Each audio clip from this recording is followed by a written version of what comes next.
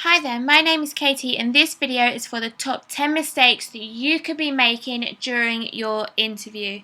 Okay, so we all know how stressful interviews can be, but if you have been invited to attend an interview, that means you're one step closer to securing that job.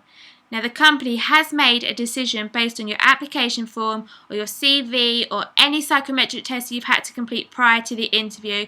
So therefore, you do not want to blow your chances and let yourself down when it comes to the interview. So there's no question about it that in today's market, even getting accepted for an interview can be seen as a big achievement. And if you want to make that final leap to actually getting the job, you'll need to ace the interview. So within this short video, I will show you 10 things that you should avoid if you wish to make a good first impression. Now remember, the way you act in your interview will determine whether or not you are successful.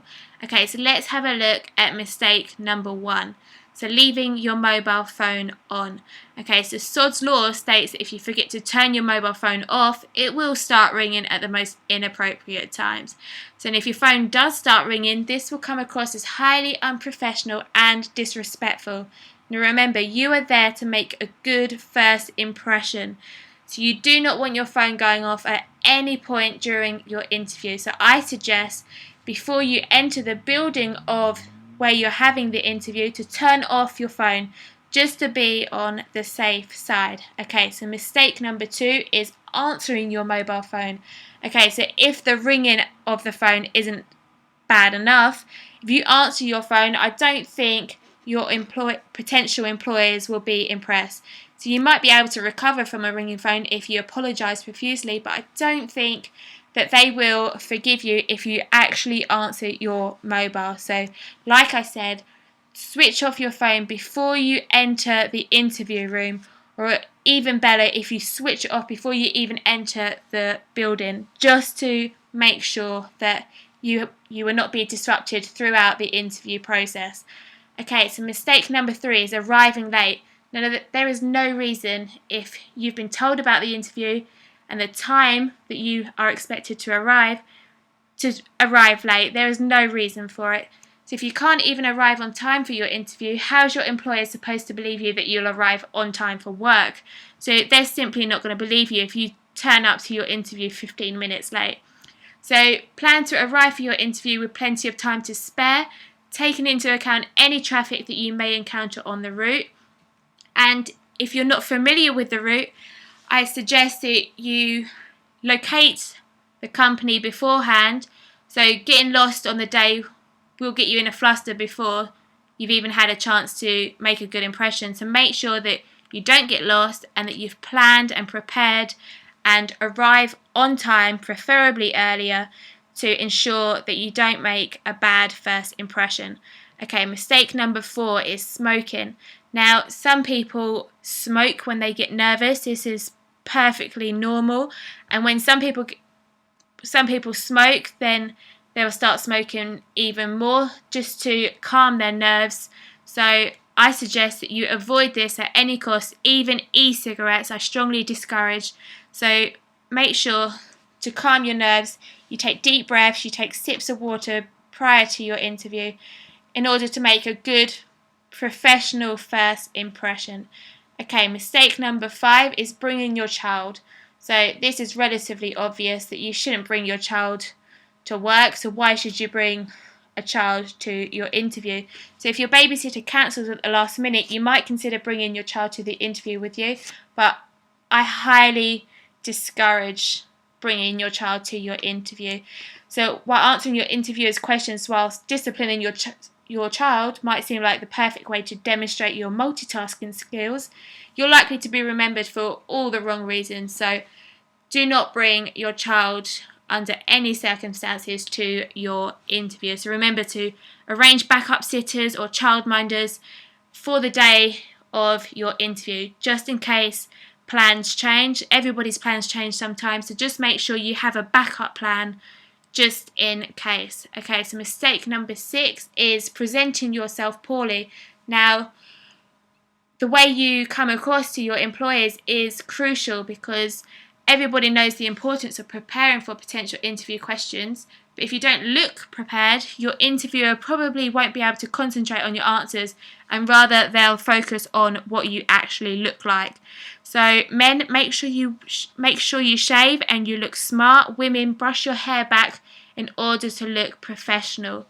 So make sure you don't arrive smelling or of smoke or body odour, and of course make sure you're dressed appropriately. So for men, this is usually in the form of a suit, and for women, this is usually in the form of a smart dress or smart tailored trousers and a blazer. So if you come across like you're well prepared, the interviewer will naturally want to assume that you are prepared and that you're more likely to take the job seriously. Okay, so mistake number 7 is excusing yourself for a toilet break.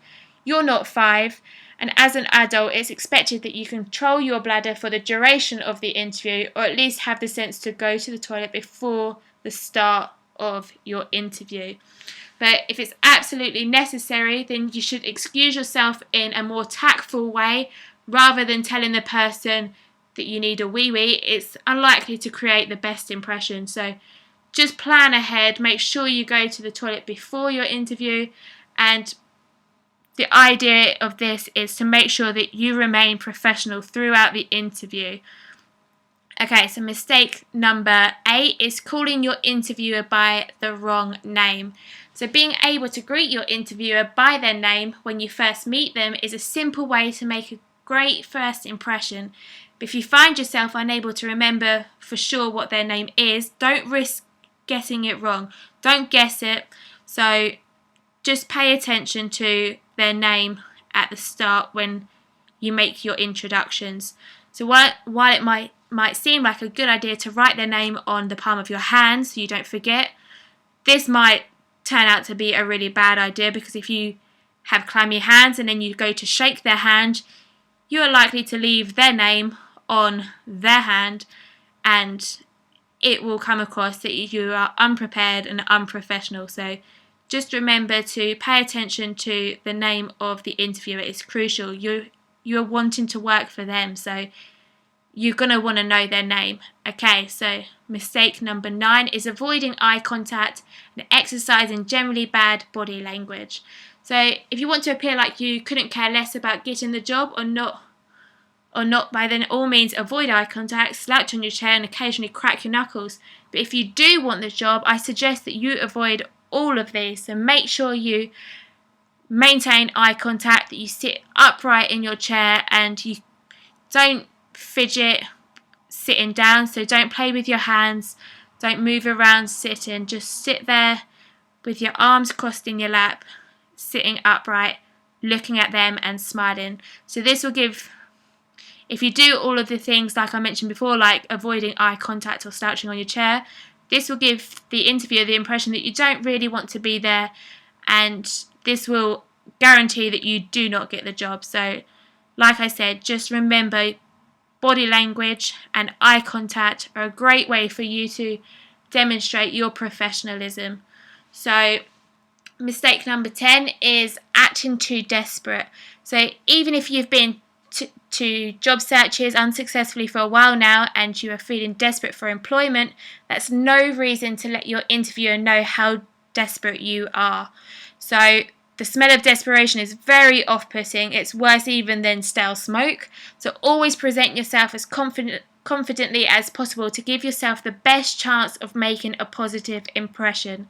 Coming across as too desperate is really off-putting for your employers, and they are unlikely to employ someone of that state. So just make sure that you don't come across as too desperate, but there again, make sure you come across as eager and willing and committed to the job. So finding that right balance between coming across as passionate but not too desperate is crucial. Okay, so that completes our 10 mistakes that you can make during an interview. Now, I have provided you with a link below this video whereby you can get free access to online interview training. And not only will this tell you things that you should and should not do during your interview, but it will also give you techniques and advice on how to successfully pass any interview. If you would like to know more about the interview training, please take a look at my video for 5 questions to ask during an interview, all the ways to improve your body language. Now, thank you for listening, and I hope this has helped.